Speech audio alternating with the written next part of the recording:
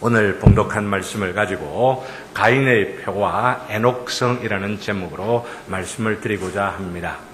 아가서를 계속 묵상을 하다가 오늘 이렇게 본문을 바꾼 것은 오늘 설이기도 하니까 좀 분위기를 바꾸는 것도 좋겠다 생각들을 하고, 또한 6장 4절부터 보면은 7장 마지막 부분까지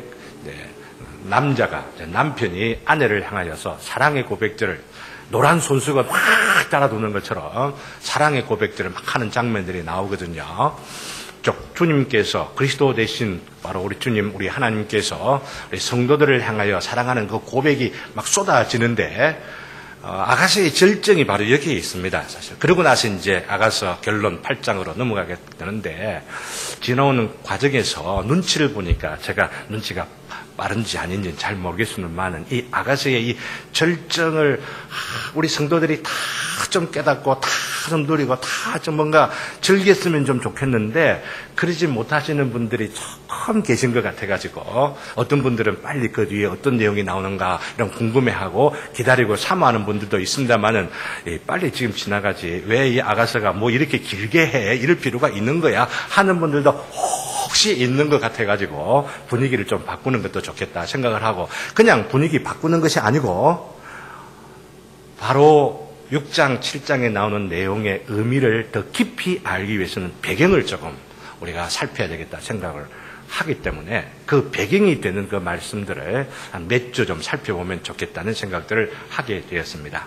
그리고 이 배경은 지난 수요일부터 시리즈로 천국과 제국 혹은 제국과 천국이라는 이 주제를 가지고 살펴보게 되는데, 이 배경을 알지는 못하면 아가서 이 6장, 7장에 나오는 그 절정에 우리 주님께서 우리를 향한 그 고백이 충분히 이해가 안 되는 바가 있기 때문에, 이 고백을 좀 더 실감나게 이해했으면 좋겠다는 생각이 들어서 이 천국과 제국, 제국과 이 천국이라고 하는 이 주제를 주일에는 구약 성경을 중심으로 해서, 수요일에는 신약 성경을 중심해서 몇 주 좀 살펴보면 좋겠다 생각해서 오늘 구약의 첫 부분, 첫 번째 제국과 천국과 관계해서 오늘 이 말씀 본문들을 통하여서 제국이라고 하는 게 어떻게 시작되느냐, 그거 지금 말씀을 드리려고 하는 겁니다. 제국과 문명, 이것이 어떻게 시작되어 그 본질, 그 본체가 무엇인지를 제대로 알지를 못하면은 예수님께서 이 땅에 오셔서 이루셨다는 그 천국의 의미가 실감나지 않는 거예요.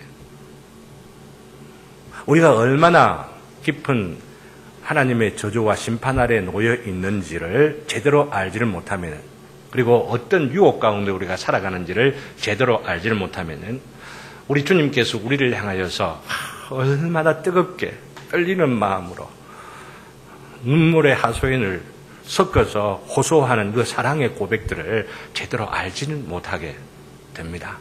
그래서 빛을 알기 위하여서 어두움이 무엇인지, 어두움의 그 시작이 물론 이 이전에 먼저 시작되었지만은 제국이라고 하는 주제 혹은 제국과 천국이라는 주제와 관계에서는 오늘 이 본문부터 시작하는 것이 필요하다 싶어서 말씀을 드리려고 합니다. 여러분들 잘 아시는 대로 오늘 본문의 내용은 형제 아벨을 아담이 타락한 그 이후에 쫓겨나서 에덴의 동쪽에서 사는 가운데에 가인과 아벨이 그 형제로 태어났는데, 이 형제 아벨을 시기해서 돌로 쳐 죽였죠. 누가요? 가인이 죽였습니다.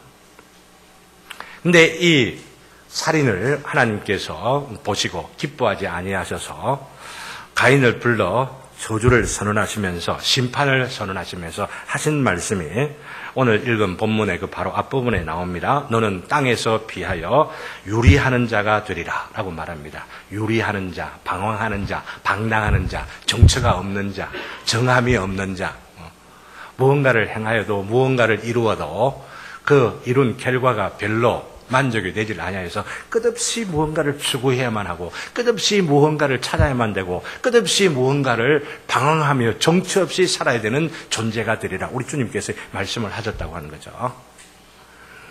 근데 이 죄벌이 너무너무 커가지고, 여러분들은 이 가인이 그 하나님께서 유리하는 자가 되리라라고 하는 그 말을 두려워하면서 여러분들 들으십니까?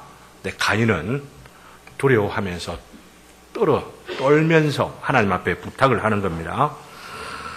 그렇게 유리하며 살아가게 될 때에 자신을 만나는 자가 나를 쳐 죽이면 어떻게 할까 두려워하는 겁니다. 하나님께서 그에게 표를 주시죠. 이렇게 하나님께서 이렇게 표를 주시는 그 의미가 무엇이겠느냐 하는 거죠. 여러분들은 무엇이라고 정리를 하시면서 답을 내리시고 계십니까?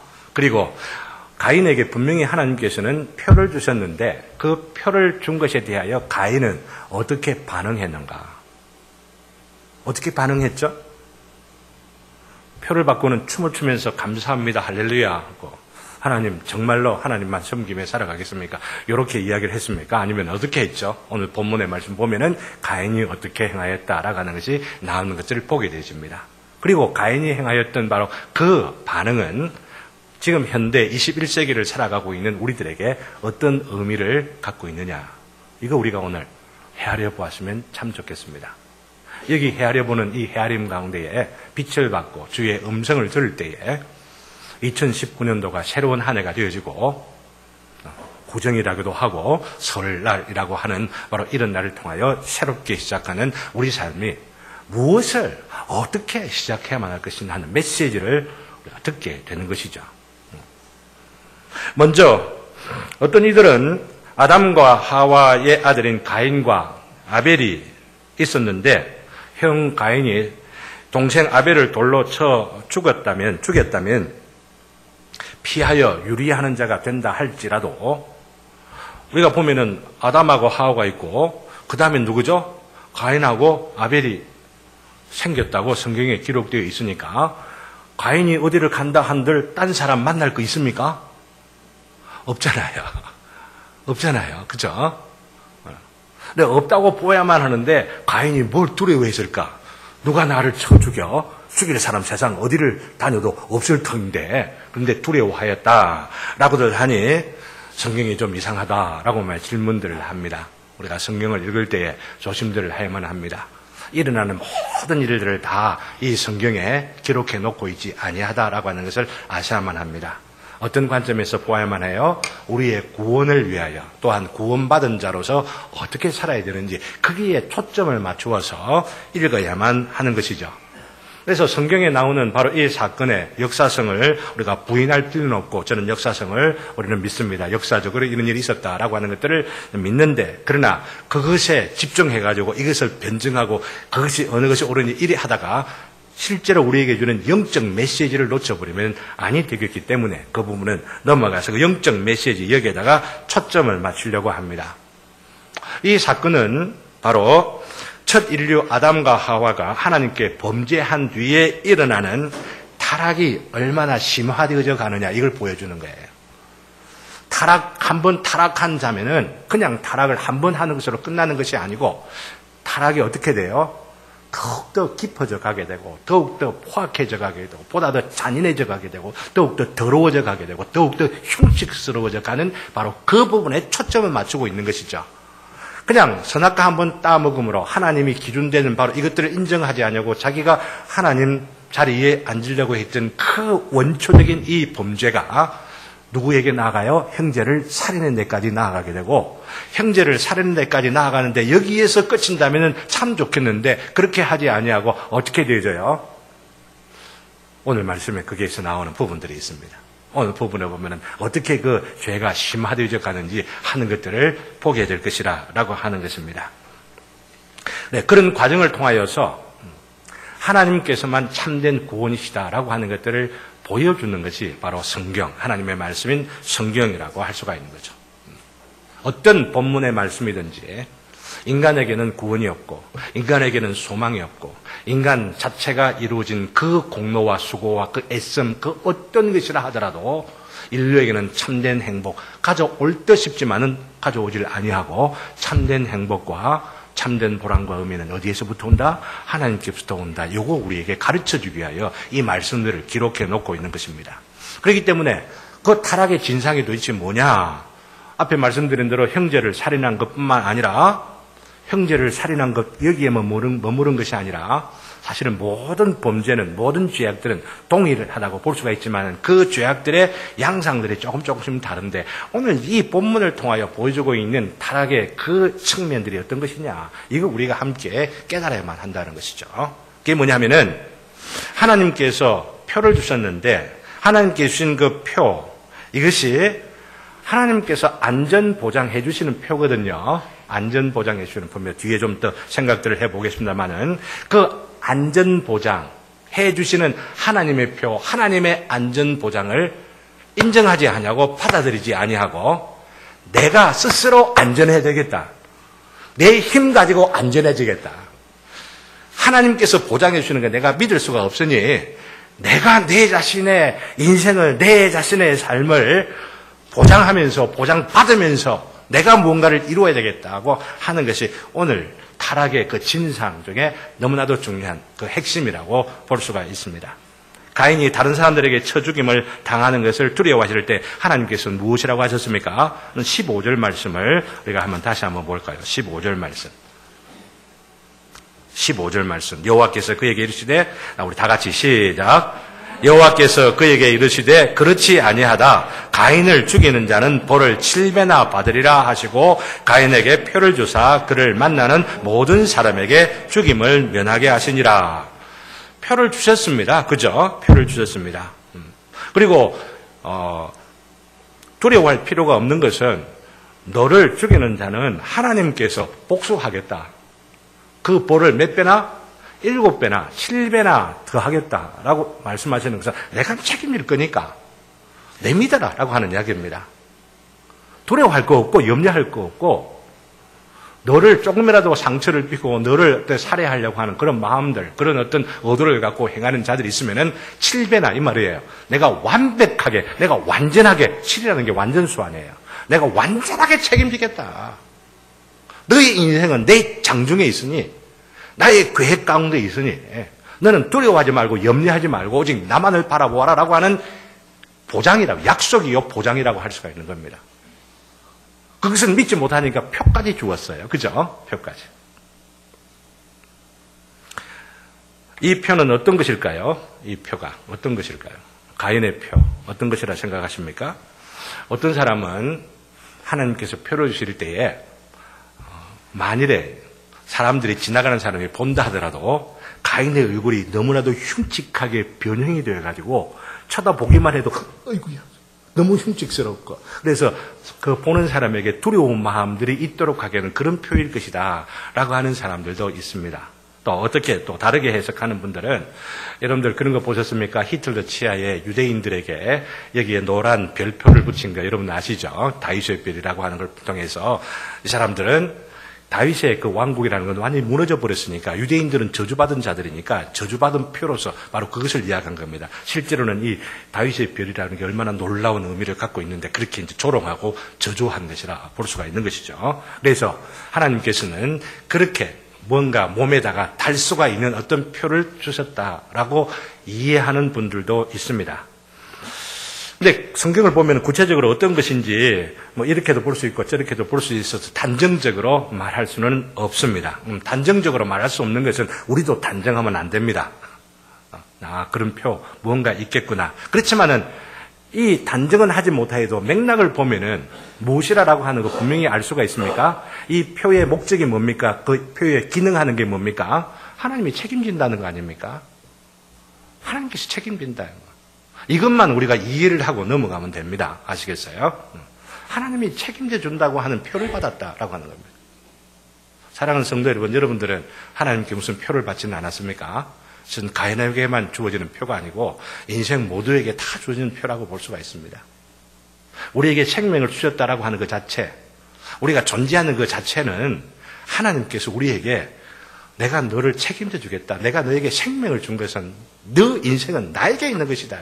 네 생명의 이 존재를 네가 시작했느냐? 네가 원하고 싶어서 원했느냐?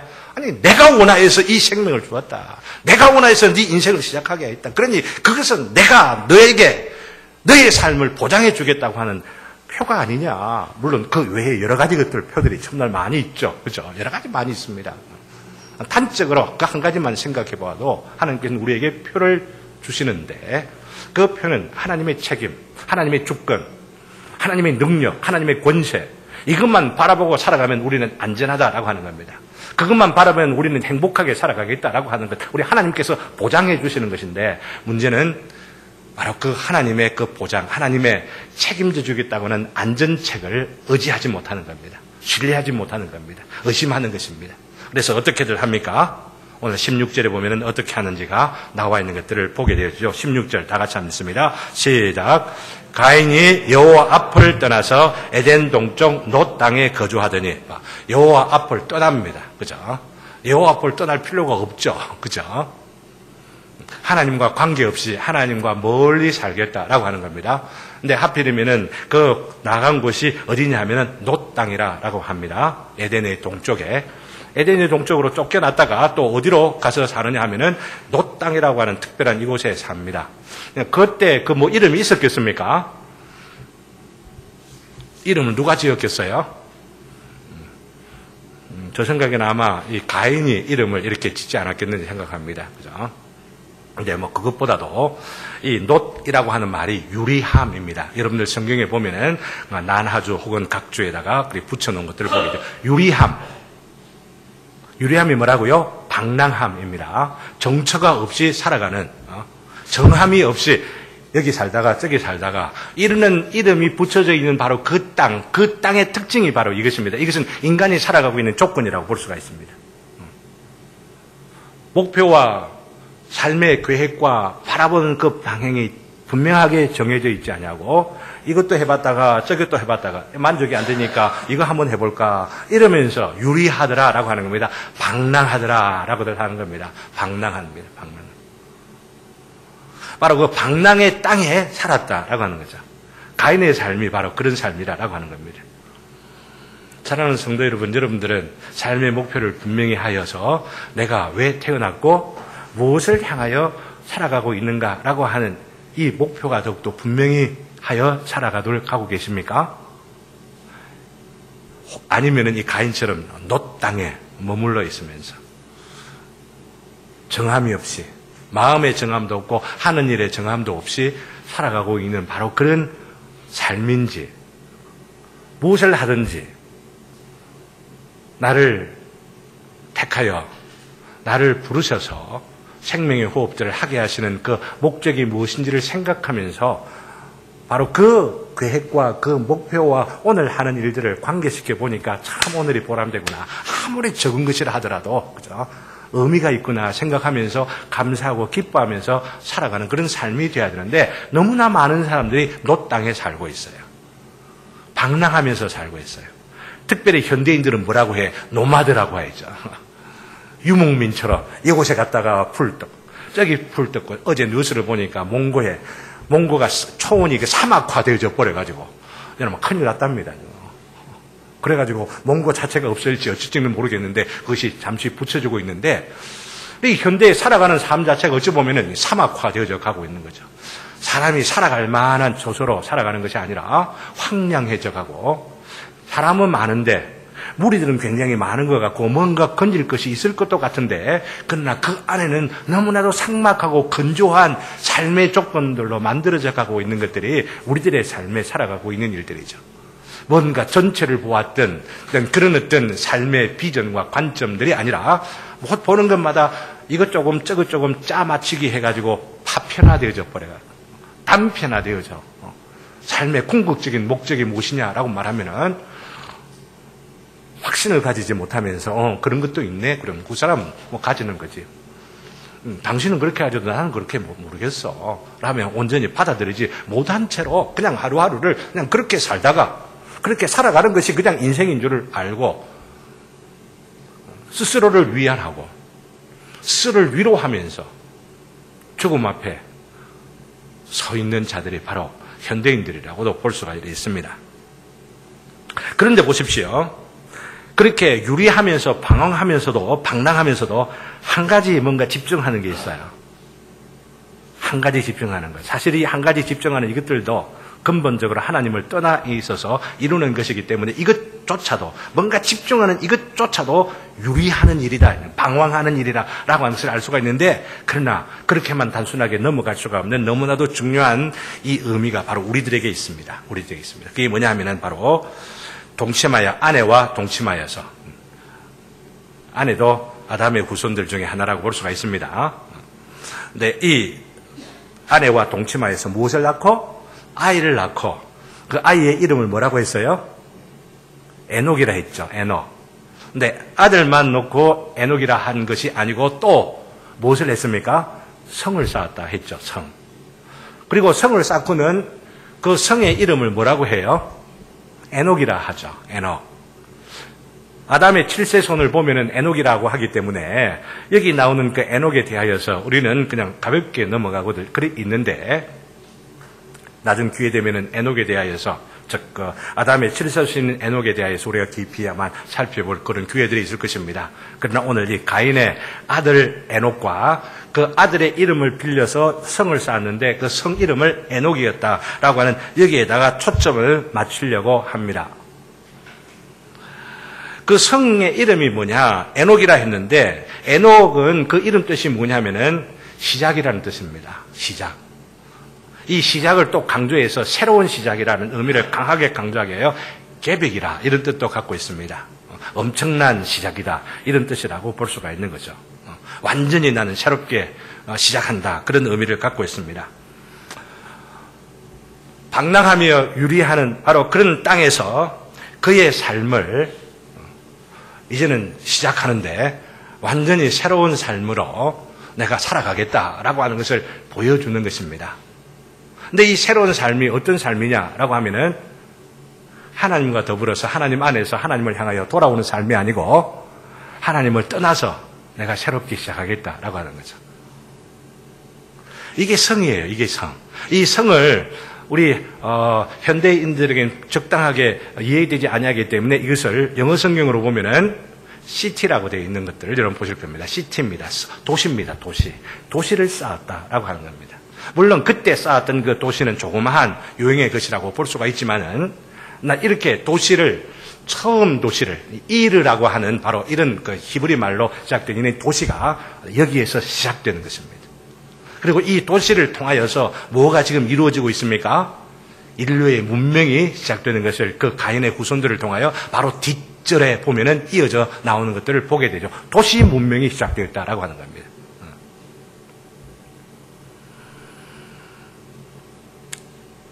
자, 이것은 도시가 갖고 있는 그 원래 그 기원, 그 본질, 그 시작이 어떤 맥락에서 시작되는지를 제대로 안다면은 우리가 놀라운 것들을 발견할 수가 있습니다. 그것은 뭐냐면은 하나님께서 주신 표를 받아들이지 아니하고 하나님께서 안전보장책으로 주신 그 표를 의지하고 신뢰하지 아니하고 곧 하나님을 의지하지 아니하고 시작한 일이 뭐냐면은 도시 문명의 시작이라고 하는 겁니다.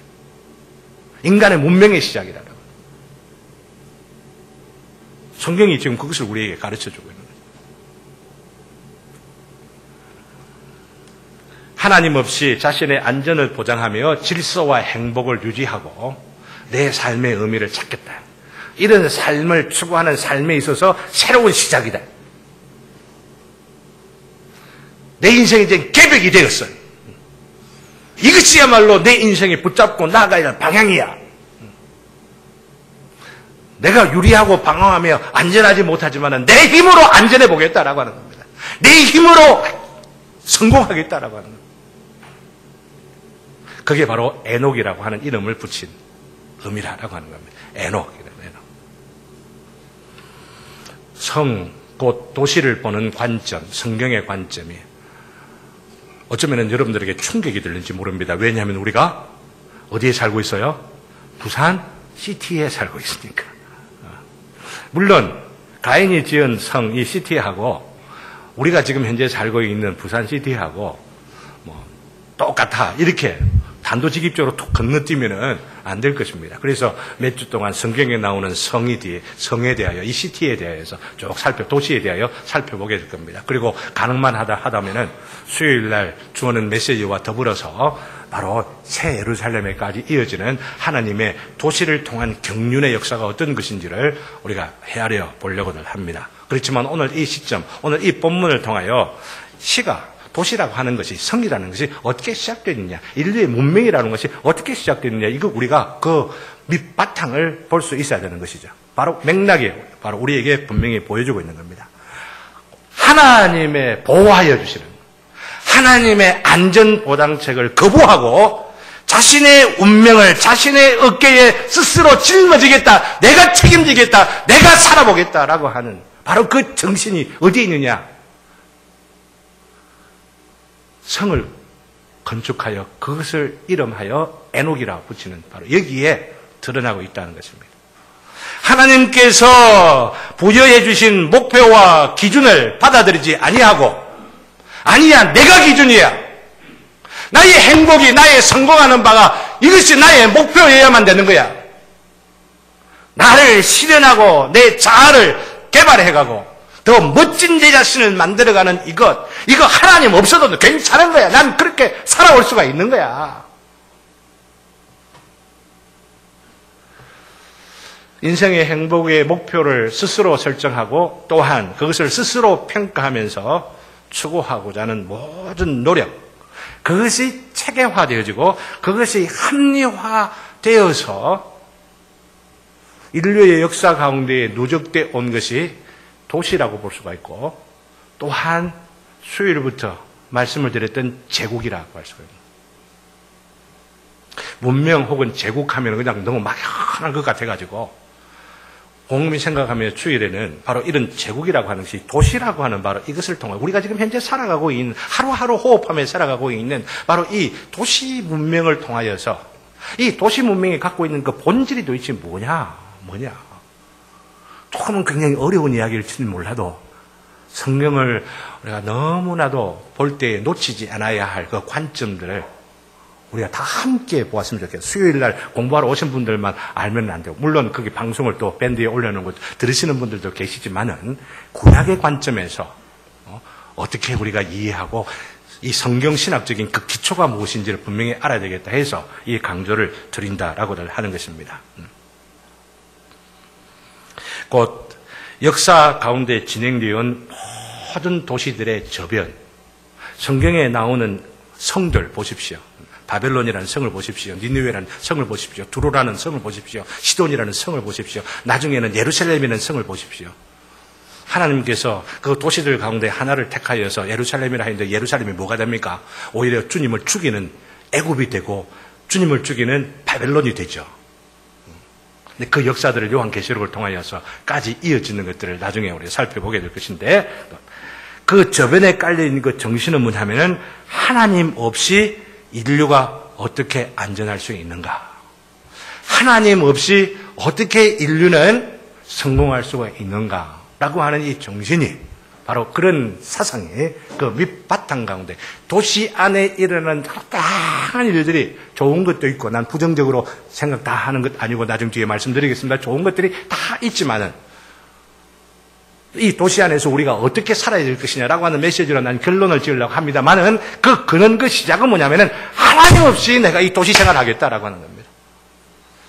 하나님 없이도 살아갈 수 있는 세상을 우리가 만들겠다라고 하는 겁니다. 그런 의미로서 도시를 계획하고 도시를 정원처럼 만들고 도시를 유토피아처럼 아주 계획들을 세우면서 도시를 설계하고, 그러면서 외국의 침들 하는 것들을 막기 위하여 여러 가지 성벽을 쌓아 올리면서 이렇게 하면 우리가 우리 자신들을 보호할 수 있겠다라고 하는 이 생각들, 그런 어떤 야망들, 야심들이 바로 도시 가운데 있다는 것이죠.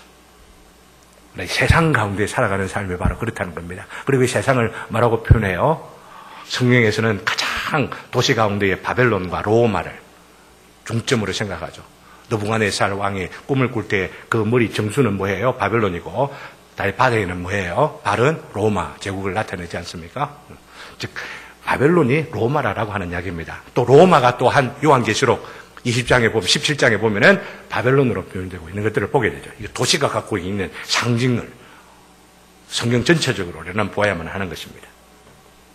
근데 이런 세상 가운데에, 이런 제국의 문화 가운데에, 이런 세상의 도시 가운데에 하나님의 구원을, 참된 구원을 보여주시기 위하여서 우리 주님께서 오신 것입니다. 세상의 논리, 제국의 논리, 도시의 문화와 도시의 그 제도와 시스템 가운데 드러나게 되지는 하나님 없이 살아가고자 하는 바로 그 모든 정신들 가운데 짓는 죄와 그 범죄들 가운데 우리를 구원하시기 위하여서, 우리를 구원해 주시기, 우리를 회복시켜 주시기 위하여 참된 하나님의 백성들로 하나님의 자녀들고 하나님께서 만드신 자들, 하나님의 형상으로서 온전히 살아갈 수 있도록 하기 위하여서 이 도시 가운데 불러주시고, 이 바벨론 가운데 우리를 불러주시고, 예루살렘 가운데 우리를 불러주시어서 참된 하나님의 도시를 만들어 가시도록. 그게 교회요. 이 교회를 통하여 드러나게 될 뭐예요? 천국이라고 하는 겁니다. 우리가 교회에 모일 때마다 이것을 생각해야 됩니다. 도시 가운데 살아가며 이 도시 문화 가운데, 도시의 가치관, 도시의 트렌드 가운데 우리가 매몰되어 버린 것이 아니라, 이것 때문에 무너져 있는 것이 아니라, 이것 때문에 우리가 압살당하는 것이 아닐까. 가인의 성, 에녹이라는 성, 가인의 도시, 그 도시의 문화 가운데 우리 매몰되어 살아가면 아니 되는데, 너무나 안타까운 것은 바로 이 도시 문화와 제국과 천국이 서로 혼동하고 있다는, 혼동되고 있다는 겁니다. 지난주 수요일에 이런 말씀을 드렸습니다. 그것은 마치 소똥과 아이스크림을 섞어 놓는 것과 같아 말씀을 드렸습니다. 조금 비유적으로 좀 어떨지는 몰라도 여러분들 생각해 보십시오. 소똥하고 아이스크림 섞어 놓으면 어찌 되죠? 소똥 먹으시겠습니까? 아이스크림이 있으니까. 소똥은 괜찮아요. 소똥에다가 아이스크림 좀 묻혀주면 소똥이 더 좋아질는지 몰라요. 좋아지는 것처럼 보일지는 몰라요. 그렇지만은 아이스크림은 완전히 배려버리는 거죠.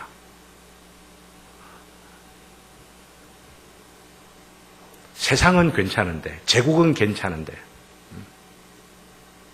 천국은, 교회는 완전히 망해버리는 겁니다. 뒤섞여버리기 때문에.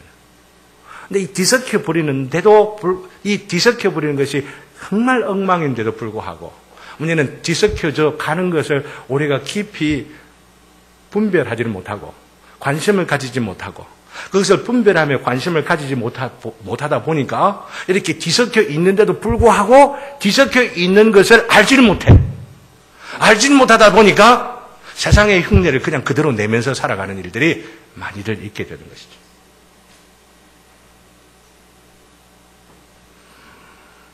예수님께서 하신 비유를 들어서 말씀드린다면은, 새 포도주를 낡은 부대에 넣으면 안 되는데, 낡은 부대에 넣으면 세상이라는 이 낡은 부대에 세상의 논리와 도시가 갖고 있는 이 악마성이라고 하는 거, 하나님 없이 살아가고자 하는 이 반역 정신과 그 안에 넣으면 안 되는데, 그 안에 넣고 있으니까 새 포도주도 마실 수가 없는 상태가 되어버린 거예요.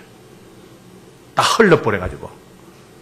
천국이 도대체 뭔지, 분명히 말씀하시는데도, 분명히 강조하시는데도 불구하고 그게 뭔지 섞여져 있기 때문에 제대로 분별하지를 못하면서 살아들 하게 된다는 것입니다. 제국을 정복하였던 천국이 이제는 제국의 노예가 되어서, 세상의 노예가 되어서, 교회가 세상을 흉내내려고 하고, 교회가 세상에 압도되어가지고 압살을 당하고 있는 바로 그런 현실들이 우리들 아닌가를 헤아려 볼 수밖에 없는 겁니다. 기술과 문명이 고도로 발전해 가면서 얼마나 화려한 문화와 문명이, 기술이, 의술이 발달해 있습니까? 이런 모든 것들이 발전해 가면서 은근히 우리들 마음 가운데는, 아니 그리스도인들, 하나님의 백성, 천국의 백성들 가운데서도 하나님이 없어도 괜찮을 것 같네. 그래서 천국 아래는 뭐가 있어요? 분당이 있고, 그죠? 그런 식으로 우리가 건설하고 있는 아파트 문화, 아니면 도시 문화, 문명 자체가 곧 천국인 것처럼 생각을 하고, 예수님이 오셔도 오신다 하더라도 믿기는 믿지만은 지금 오시면 안 되고, 조금 있다가 좀 더 누리고 나면 오셔야 될 이런 것처럼 마음 가운데에 주님의 오심을 거부하고 오래 기대하지 아니하면서 살아가고 있는 우리들의 마음 속에는 이미 세상의 논리가 들어와 있는 것이 아닐까 생각을 하는 겁니다. 도시의 그 문화, 그 문명의 정신이 우리들을 유혹하고 우리를 지금 압도해 가려고 하는 것이 아닌가를 헤아려 보는 것입니다. 그래서 크리스찬의 정체성이 상실되어 가는 겁니다. 하나님께서 우리를 이 세상 가운데서 불의와 불법과 어둠의 이 세상 가운데서 불러내시어서 교회로 만드셨는데, 교회로 만드신 이 교회에 대해 자부심과 당당함과 떳떳함이 없고 부끄러움들을 가지고 우리는 세상보다 좀 못하는데, 세상보다도 조금 좀 모자라는 부분이 있는데, 좀 화려하지 못하는데, 좀 더 세련되지 못하는데, 바로 이것들 때문에 세련되지는 못하여도, 좀 화려하지는 못하여도 하나님의 자녀가 되었다고 하는 사실, 하나님의 백성이 되었다고 하는 바로 이 사실 때문에 이 세상 앞에 우리 가슴을 펴고 떳떳해질 수 있는 것들 아니겠습니까? 근데 그러지는 못하고 있는 거예요. 그러지는 못하고 있는 거예요. 썩혀 있는 거예요.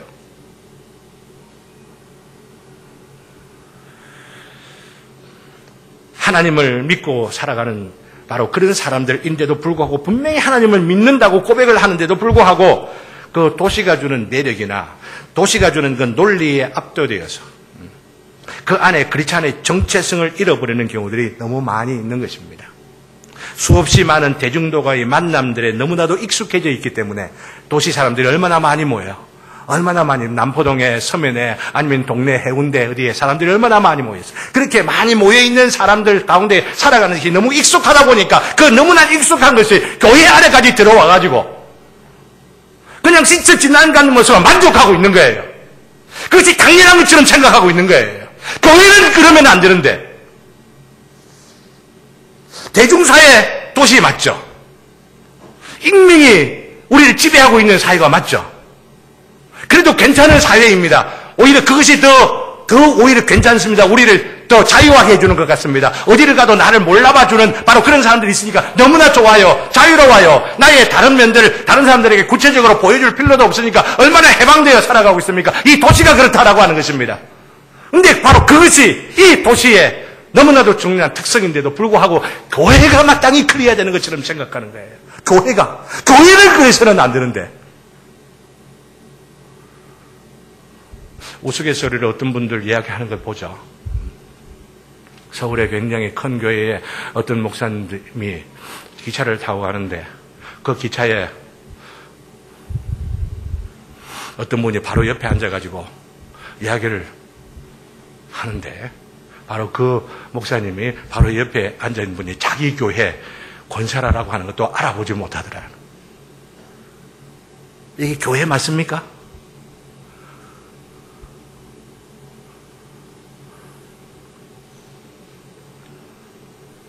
이전에 라디오 방송국의 기도를 좀 담당해서 기도하는 시간들 있지 않습니까? 방송국에 보면은, 라디오 방송국 보면.